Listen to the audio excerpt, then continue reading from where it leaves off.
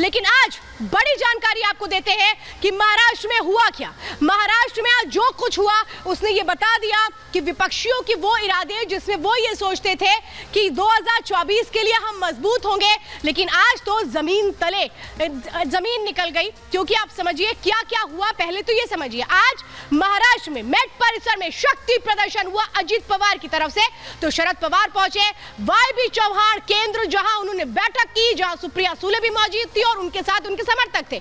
अब अजित पवार के पास तो 30 से ज्यादा उनके विधायक पहुंचे थे, लेकिन इधर अगर देखें तो शरद पवार में विधायकों की जो संख्या थी वो कम नजर आई थी। 40 विधायकों के समर्थन का दावा कौन कर रहा था? अजित पवार।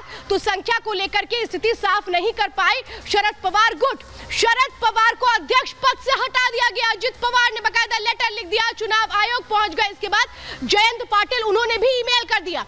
अजित पवार को अध्यक्ष बनाया जा चुका है और अब इलेक्शन कमीशन ने शरद गुट ने ये गुहार लगाई है कि इस पर अब एक्शन ले लिया जाए। तो पार्टी और सिंबल का दावा अजित पवार कर रहे हैं, तो इलेक्शन कमीशन से पक्ष सुनने की मांग शरद पवार गुट कर रहा है। तो ये पूरा मामला आज पूरे दिन भर की इस कवायद में सामने आया और अब पूरा जो मामला है वो कहां जाता नजर आता है? वो जाता नजर आता है इलेक्शन कमीशन। अब इलेक्शन कमीशन इस पर क्या एक्शन लेता है ये देखना दिलचस्प होगा। लेकिन आज जो पोस्टर महाराष्ट्र में देखने को मिले वो क्या है वो हम बता रहे हैं। देखिए 83 साल के योद्धा की लड़ाई, ये जो आप पोस्टर देख रहे हैं ये शरद पवार के जो समर्थक हैं उन्होंने लगाए। वो ये कह रहे हैं कि भले ही उम्र ज्यादा है, 83 साल के हैं, लेकिन योद्धा है आज भी मैदान में डटे हैं। अब देखिए दूसरा पोस्टर देखिए, मुंबई में अजीत ही अजीत, हर तरफ अजीत पवार को बधाई देते हुए पोस्टर नजर आते हैं। इसमें एनसीपी के समर्थक भी हैं जो पोस्टर्स लगा रहे हैं, तो बीजेपी के लोग भी इसी तरीके से बधाइयां दे रहे हैं। अब दूसरी मैं आपको एक तस्वीर दिखाती हूं, भतीजे का पावर प्ले, ये किस तरीके से अजित पवार मजबूत है उन्होंने दिखा दिया। जब उन्होंने आज नए ऑफिस का उद्घाटन किया तो उन्होंने साफ तौर पे बताया कि महाराष्ट्र में अब एनसीपी कैसे अलग राह पकड़ने वाली है अजित पवार के नेतृत्व में। लेकिन इधर उम्र भले ही ज्यादा रही लेकिन नंबर के मामले में चूक गए शरद पवार। ये जो तस्वीरें आप देख रहे हैं ये आप देख रहे हैं जब आज शक्ति प्रदर्शन शरद पवार की तरफ से किया गया, वो ये बता रहे थे कि निशान तो मैं जाने नहीं दूंगा। अब ये देखिए बड़ी दिलचस्प तस्वीर सामने आई, जितने भी विधायक साथ थे वो कहां जा रहे थे? इस बस में सवार होकर के अजित पवार के साथ जा रहे थे। ये एक बार फिर से क्या बस पॉलिटिक्स महाराष्ट्र में देखने को मिल रही है, ये देखना दिलचस्प होगा। लेकिन आज बड़ी ललकार दी जब चाचा को भतीजे ने सीधा चैलेंज कर दिया। जो चाचा है अब वो भतीजा कह रहा है कि चाचा आपका टाइम ओवर हो चुका है, अब तो रिटायर हो जाइए। ये नसीहत दी गई, साहब जिद छोड़िए और हमें आशीर्वाद दे दीजिए। ये कौन कह रहा है? अजित पवार कह रहे हैं शरद पवार से। शरद पवार का बेटा नहीं, इसमें क्या मेरी गलती है? वो आज ये कहते सुनाई दिए, पार्टी का नाम और निशान हमारा है।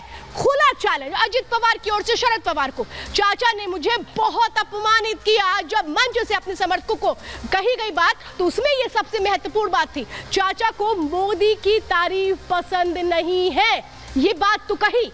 और ये भी कहा 2004 में सीएम नहीं बनने दिया गया मुझे, तो वो जो दर्द था वो 2004 से था जो आज निकलकर सामने आ गया। शरद पवार ने सोनिया गांधी से डील की, ये बहुत बड़ी बात आज कह दी। अजित पवार ने उस पोल को खोला कि कैसे ये डबल गेम चल रहा था। शरद पवार क्या कर रहे थे? साहिब की उम्र 80 साल से ऊपर हो चुकी है, अब तो रिटायर होइए, कब होंगे रिटायर? ये सवाल किया अजित पवार ने। चाचा के खिलाफ सभाएं करूंगा, अगर चाचा रैली करेंगे तो मैं भी रैली करूंगा, ये भी कह दिया गया। 2019 में मुझे विलन बना दिया गया, चाचा ने डील की लेकिन मुझे बुरा बना दिया गया। ये तमाम बातें निकलकर सामने आई। लेकिन इस बयान के साथ साथ वो बयान भी बहुत महत्वपूर्ण था जिसमें शरद पवार ने ये कहा कि मोदी पसंद है, आएंगे तो मोदी ही। ये किसने कहा है? ये कहा है अजित पवार ने। लेकिन इस बयान के पीछे के मायने में बताऊंगी, उसके पहले ही रिपोर्ट देखिए।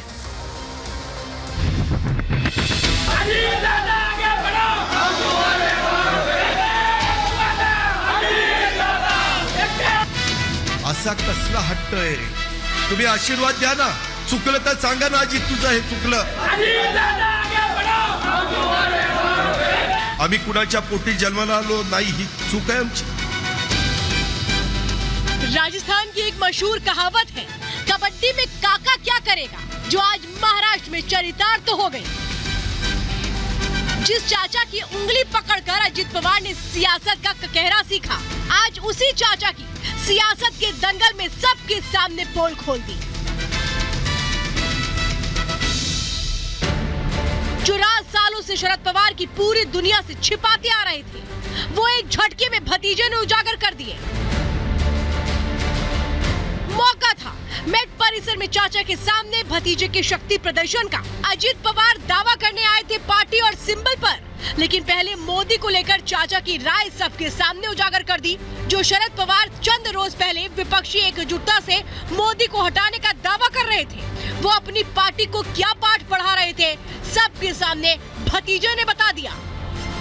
आम्हाला अनेक बैठकामध्ये आमच्या वरिष्ठांनी सांगितलं 2024 मध्ये देखील मोदी साहेबच येणार। सीएम ना बनाए जाने का दर्द छलका तो छोटे पवार ने सोनिया गांधी से हुई डील का जिक्र भी सबके सामने कर दिया।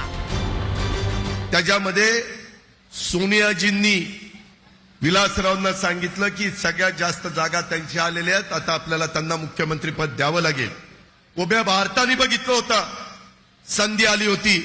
मी आज तुम्हाला सगळ्यांना सांगतो 2023 मध्ये ती संधी मिळाली असती तर आजपर्यंत राष्ट्रवादी काँग्रेस पक्षाचाच मुख्यमंत्री तुम्हाला महाराष्ट्रामध्ये दिसला असता।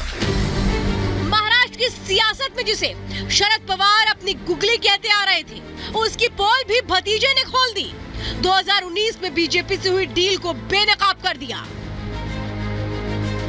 अजीत के बयान ने फडणवीस के उस दावे की तस्दीक कर दी जो बुधवार को उन्होंने रिपब्लिक भारत पर अर्नब गोस्वामी के साथ इंटरव्यू में किया था। शरद पवार जी के साथ हमारी बैठक हुई। उस बैठक में यह तय हुआ कि महाराष्ट्र में सरकार बनाई जाएगी। किस प्रकार से बनाई जाएगी इसका मोडस ऑपरेंडी तय हुआ। अजीत पवार और मैं, हम दोनों मिलकर इसको आगे बढ़ाएंगे, ये तय हुआ। सारे अधिकार हम दोनों को दिए गए। उस हिसाब से हम लोगों ने सारी तैयारी की और तैयारी करने के बाद at one fine moment Pawar साहब उसमें से हट गए। अजित पवार ने खुलेआम पार्टी पर अपना दावा किया, चाचा को खुली चुनौती भी दी और सवाल भी पूछे की आज राष्ट्रवादी आम्हाला सगळ्यांना मिळून आपल्याला पुढे न्यायची आहे, चिन्हही आपल्याकडे राहायचंय, पक्षही आपल्याकडे राहायचा आहे। मलाही थोडं बोलता येतं, लोक माझं ऐकतात, मला उत्तर द्यावं लागेल। मी जर गप्पा बसलो तर जनता म्हणेल हा काहीतरी ह्याच्यात खोट आहे। पार्टी में हुआ अपमान और शरद पवार की जिद भी अजीत की जुबान पर आ गई। पार्टी में बड़ा पद न मिलने की वजह कुछ इस तरह पूछी, तुम्ही आशीर्वाद द्या ना, चुकलं तर सांगा ना अजित तुझं हे चुकलं काय, आम्ही कुणाच्या पोटी जन्माला आलो नाही, ही चूक आहे आमची। सियासत में अजीत कभी शरद पवार को अपना भगवान कहा करते थे, लेकिन अब भतीजे की आस्था भी बदल गई और शायद इष्ट भी। यही वजह है कि महाराष्ट्र के पावर प्ले में भतीजे ने चाचा को जमकर धोया।